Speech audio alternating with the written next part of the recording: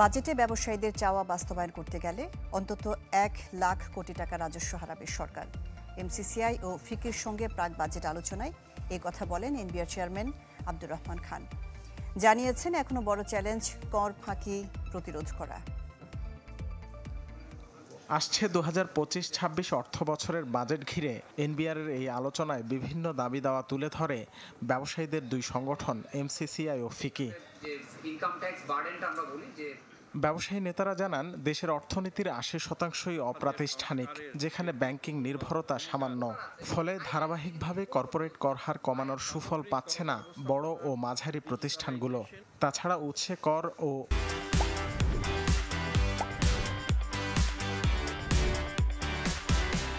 অনুমোদিত ব্যয়ের কারণে 50% পর্যন্ত পৌঁছে যাচ্ছে কার্যকর কর হার। এমন পরিস্থিতিতে বার্ষিক বিক্রির বদলে আয়ভিত্তিক কর ব্যবস্থার প্রস্তাব দেন তারা।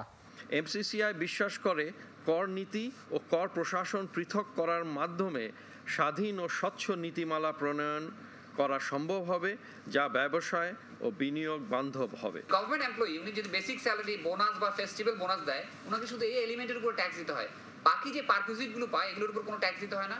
গভর্নমেন্ট পেনশন ফান্ড বা প্রভিডেন্ট ফান্ড, জিপিএফ, কোনটার উপরে ট্যাক্স দিতে হয় না। আর আমি যদি ডান দিকে দেখি স্যার, সবই ট্যাক্সেবল।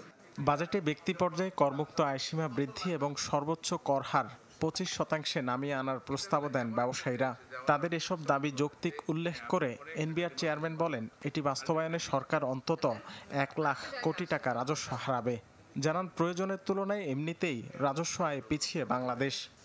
এই যৌক্তিক কথাগুলোকে যদি আমরা শুনি, তাহলে আমি দেখি যে আমার সিগনিফিকেন্ট, মানে পলিসি লেভেল থেকে সিগনিফিকেন্ট রাজস্ব কমে যাবে। এবং আপনারা নিশ্চিত থাকেন যে এই বাজেটে আপনারা এর রিফ্লেকশনটা দেখতে পাবেন, অ্যাটলিস্ট সদিচ্ছা দেখতে পারবেন। এনবিআরের সবশেষ তথ্য অনুযায়ী চলতি অর্থ বছরের প্রথম 6 মাসে লক্ষ্যমাত্রার চেয়ে রাজস্ব আহরণ ঘাটতি প্রায় 58,000 কোটি টাকা। রাকিব হোসেন, চ্যানেল 24, ঢাকা।